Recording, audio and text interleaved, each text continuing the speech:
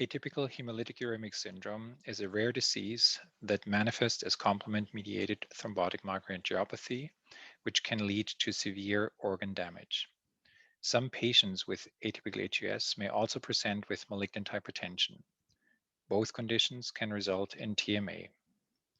The global aHUS registry was utilized for this retrospective analysis in patients with both aHUS and malignant hypertension according to their eculizumab treatment status. Patients were enrolled if they were diagnosed with malignant hypertension and followed for at least 90 days after initial aHUS presentation or diagnosis date. Patients were excluded if they had withdrawn consent from the registry or were discontinued from eculizumab treatment due to a diagnosis other than atypical aHUS. 71 patients had both aHUS and malignant hypertension.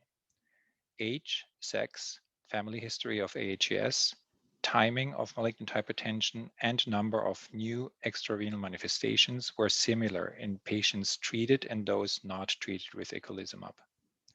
Not treated patients, 51 of 71, had a high proportion of mutations or factor H antibodies, triggering conditions, and kidney transplants. In treated patients, 20 of 71, creatinine and LDH values were numerically greater than in not treated patients, while platelet counts were numerically lower. Of note, as shown in Figure 1, risk of and time to end-stage kidney disease or death were reduced in patients with malignant hypertension and aHUS who received eculizumab treatment. The treated patients are shown in yellow, the not treated patients in red. We conclude that irrespective of treatment status, malignant hypertension occurred at the same time as aHUS symptoms in approximately 2/3 of patients.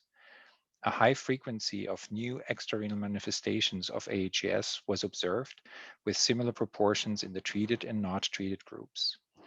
Almost 2/3 of patients not treated with eculizumab had pathogenic variants in complement genes or factor H antibodies, compared with approximately 1/3 of patients treated with eculizumab.